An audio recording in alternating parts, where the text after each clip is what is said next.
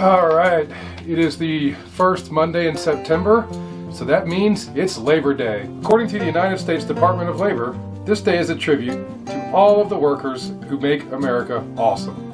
The first Labor Day was celebrated in New York City on September 5th, 1882. So here's the real story of the first Labor Day.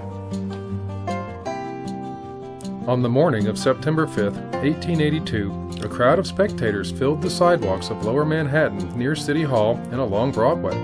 They had come early, well before the Labor Day parade members, to claim the best vantage points from which to view the Labor Day parade.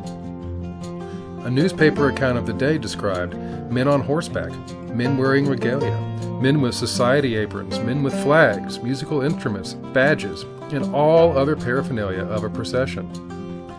The police, wary that a riot would break out, were out in force that morning as well. By 9 a.m., columns of police and club-wielding officers on horseback surrounded City Hall. By 10 a.m., the Grand Marshal of the parade, William McCabe, his aides, and their police escort were all in place for the start of the parade. There was only one problem. None of the men had moved. The few marchers that had shown up had no music. According to McCabe, the spectators began to suggest that he give up the idea of parading, but he was determined to start on time with the few marchers that had shown up. Suddenly, Matthew McGuire of the Central Labor Union of New York, and probably the father of Labor Day, ran across the lawn and told McCabe that 200 marchers from the Jewelers Union of Newark No. 2 had just crossed the ferry, and they had a band. Just after 10 a.m., the marching jewelers turned onto Lower Broadway. They were playing When I First Put This Uniform On from Patience, an opera by Gilbert and Sullivan. The police escort then took its place in the street. When the jewelers marched past McCabe and his aides, they followed in behind. Then spectators began to join the march. Eventually, there were 700 men in line in the first of 3 divisions of Labor Day marchers.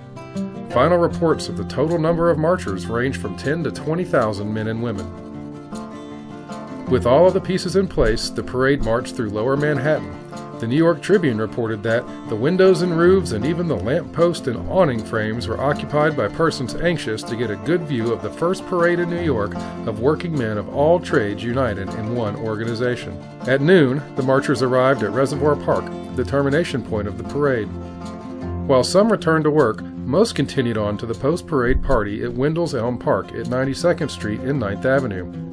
Even some unions that had not participated in the parade showed up to join in the post-parade festivities that included speeches, a picnic, an abundance of cigars, and lager beer kegs mounted in every conceivable place. From 1 p.m. until 9 p.m. that night, nearly 25,000 union members and their families filled the park and celebrated the very first and almost entirely disastrous Labor Day.